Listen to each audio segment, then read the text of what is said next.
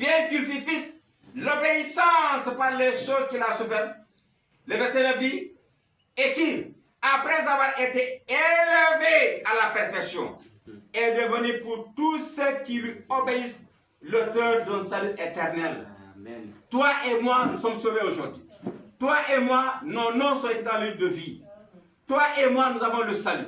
Toi et moi, si l'enlèvement a lieu tout de suite, nous serons tous en un clin d'œil, revêtus de corps de gloire et, n'est-ce pas, monter au ciel à la rencontre de notre Seigneur Jésus-Christ dans les airs. À la rencontre de notre Seigneur Jésus-Christ et Sauveur, n'est-ce pas, en haut, au ciel.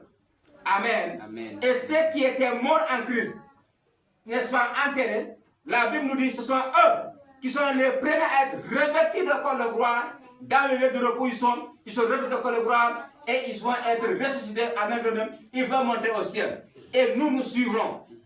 Nous suivrons. Car aussitôt après ça va se faire de façon très rapide. Ça va se faire de façon très rapide.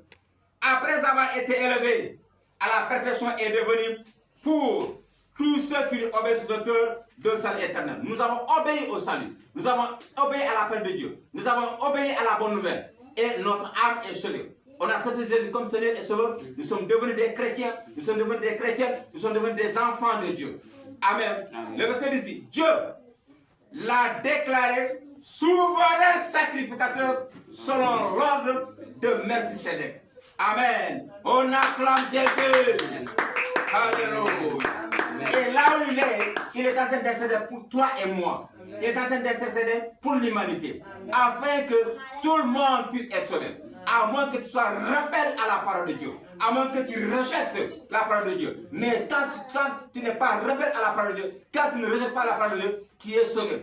Car Jésus seul est le chemin. Jésus seul est la vie. Jésus seul est la vérité. Alléluia. Amen. Qui va continuer la lecture, verset 11. Amen. Hébreux 5, verset 11. Amen. Grâce, lit. Nous avons beaucoup à dire là-dessus. Et des choses difficiles à appliquer. Parce que vous êtes devenus là à comprendre. Vous, virgule, en effet, virgule, qui depuis longtemps devraient être des maîtres. Vous avez encore besoin qu'on vous enseigne les premiers rudiments des oracles de Dieu. Vous en êtes venus à avoir besoin de lait et non de nourriture solide. Or, quiconque a né au lait n'a pas l'expérience de la parole de justice, car il est un enfant.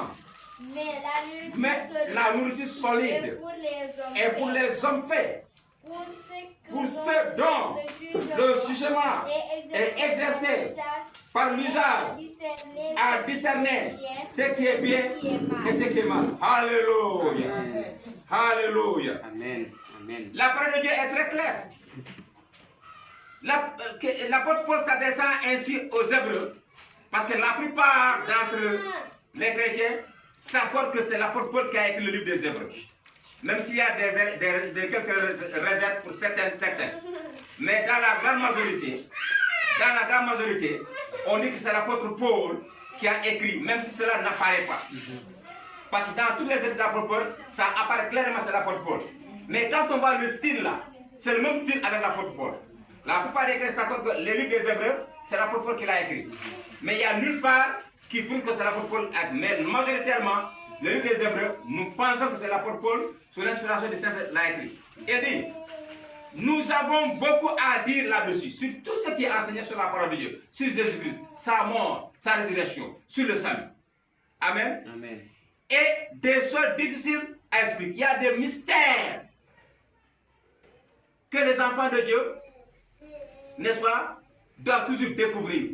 On doit tout le temps enseigner les choses cachées dans la parole de Dieu. C'est-à-dire les mystères. Les mystères sont les choses cachées. Amen. Maintenant, les choses cachées là, pour des gens qui ne connaissent pas tellement la parole de Dieu, des gens qui viennent de connaître Jésus, quand tu leur enseignes cela, ça va être très compliqué. Ça va être difficile. N'est-ce pas? C'est pour ça qu'on n'apporte pas de lait et de nourriture solide. Je vais revenir là-dessus. Nous avons beaucoup à dire là-dessus et de ce difficile à expliquer parce que vous êtes devenus là à comprendre. Il y a certains chrétiens, leur compréhension est rapide. D'autres chrétiens, leur compréhension est moindre. D'autres chrétiens, leur compréhension est lente. Mais le conseil ici, bien qu'ils soient des Hébreux qui ont connu, n'est-ce pas, les écritures saintes, mais le conseil là, ces Hébreux-là, ces Juifs-là, ont la compréhension difficile. La preuve, ce sont eux qui ont rejeté le Christ. La preuve, ce sont eux qui ont demandé, n'est-ce pas, au remède de Christ Jésus. Donc, ils n'avaient pas compris que Jésus était le Messie. Ils n'avaient pas compris que Jésus était le roi des rois. Amen. Et ils l'ont crucifié. Amen. Ouais. Donc, ils n'avaient pas l'esprit ouvert. Ils n'avaient pas la compréhension. Donc, ce mot apparaît. Là, vous êtes lent à comprendre. Et que le verset 12, vous, virgule, allez, virgule, qui depuis longtemps devraient être aimés. Pourquoi? Parce qu'ils ont connu les Écritures. Les Juifs ont connu les Écritures. Hein? Quand nous prenons l'exemple de celui qui est parti nuitamment vers Jésus, c'est qui? Nicodème. Et quand nous lisons les Écritures, nous voyons que les Écritures, les Juifs naissent avec, ils lisent, ils connaissent les Écritures, dès le bas, ils grandissent. Mais malgré le fait, ils connaissent toutes les Écritures, les Saintes Écritures. Mais ils n'ont pas compris que Jésus était le Messie. Amen. Et c'est pour cela, l'apôtre Paul le dit ici clairement. Vous, en effet, qui depuis longtemps devraient être des maîtres, c'est-à-dire des docteurs, c'est-à-dire comprendre que Jésus est le Messie. Vous avez encore besoin qu'on vous enseigne les premiers rudiments, c'est-à-dire les choses élémentaires de la parole de Dieu. Les premiers rudiments des oracles de Dieu, de la parole de Dieu, des secrets de Dieu, des mystères de Dieu.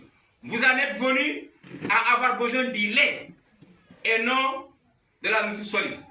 Un bébé, quand il naît, quand il est en âge de manger, et quand il naît, on lui donne du lait.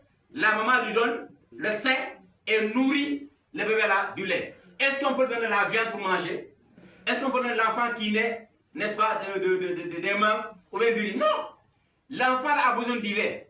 C'est pour cela, toi et moi, quand nous avons accepté Jésus comme Seigneur et Sauveur, quand nous sommes devenus des enfants de Dieu, si nous avions commencé à enseigner les choses, les mystérieuses là, on n'allait pas comprendre. Mais on nous donne les choses élémentaires, les choses terre à terre. Même si tu as 100 ans, aujourd'hui tu acceptes Jésus comme Seigneur et Sauveur, on doit te donner les choses élémentaires d'abord. On doit t'enseigner petit à petit, petit à petit, petit à petit, petit à petit. Le même enseignement qu'on doit te donner est différent de l'enseignement qu'on donne à celui qui a 50 ans de christianisme ou bien 10 ans et qui connaît la parole. Ce n'est pas le même enseignement, ce n'est pas le même contenu. C'est pour ça qu'on parle de bébé spirituel. Tu peux avoir 100 ans aujourd'hui, qui accepte Jésus comme tu es un bébé spirituel. Tu n'as pas besoin de nourriture solide comme la viande, mais tu as besoin de quoi? De lait. Le lait là, c'est la parole de Dieu de façon terre à terre, de façon élémentaire, puisque tu puisses, n'est-ce pas, comprendre pour t'apporter la parole de Dieu. Est-ce que vous comprenez? Est-ce que quelqu'un comprend quelque chose? Donc je reviens pour dire, vous, en effet, qui depuis longtemps devraient être des maîtres, vous avez encore besoin qu'on vous enseigne les premiers rudiments des oracles de Dieu. Vous en êtes venus, vous en êtes venus à avoir besoin de lait et non d'une nourriture solide. Est-ce que vous comprenez? Et que le verset 13, or, quiconque en est au lait n'a pas l'expérience de la parole de justice, n'a pas l'expérience des secrets de Dieu, de la parole de Dieu, n'a pas l'expérience, n'est-ce pas, des mystères cachés. Tu ne peux pas accepter Jésus comme Seigneur et Sauveur, on commence à t'enseigner les mystères de la parole, mais tu seras perdu. On t'enseigne d'abord les choses tout à fait élémentaires, jusqu'à ce que tu grandisses. Comme le bébé qui naît, après un certain âge, on commence à lui donner de la nourriture un peu solide, jusqu'à ce que l'enfant grandit, comme avant de la viande, on commence à lui donner des os. C'est comme ça avec la parole de Dieu. C'est comme ça quand on est de nouveau. C'est comme ça aussi qu'on doit être encadré. C'est le même processus qu'on suit. Parce que dès qu'on devient un enfant de Dieu, on est un bébé spirituel. Amen. Amen. Or, quiconque en est au lait n'a pas l'expérience de la parole de justice, c'est-à-dire la parole de Dieu, la parole du salut, Car quoi? Il est un Non. enfant.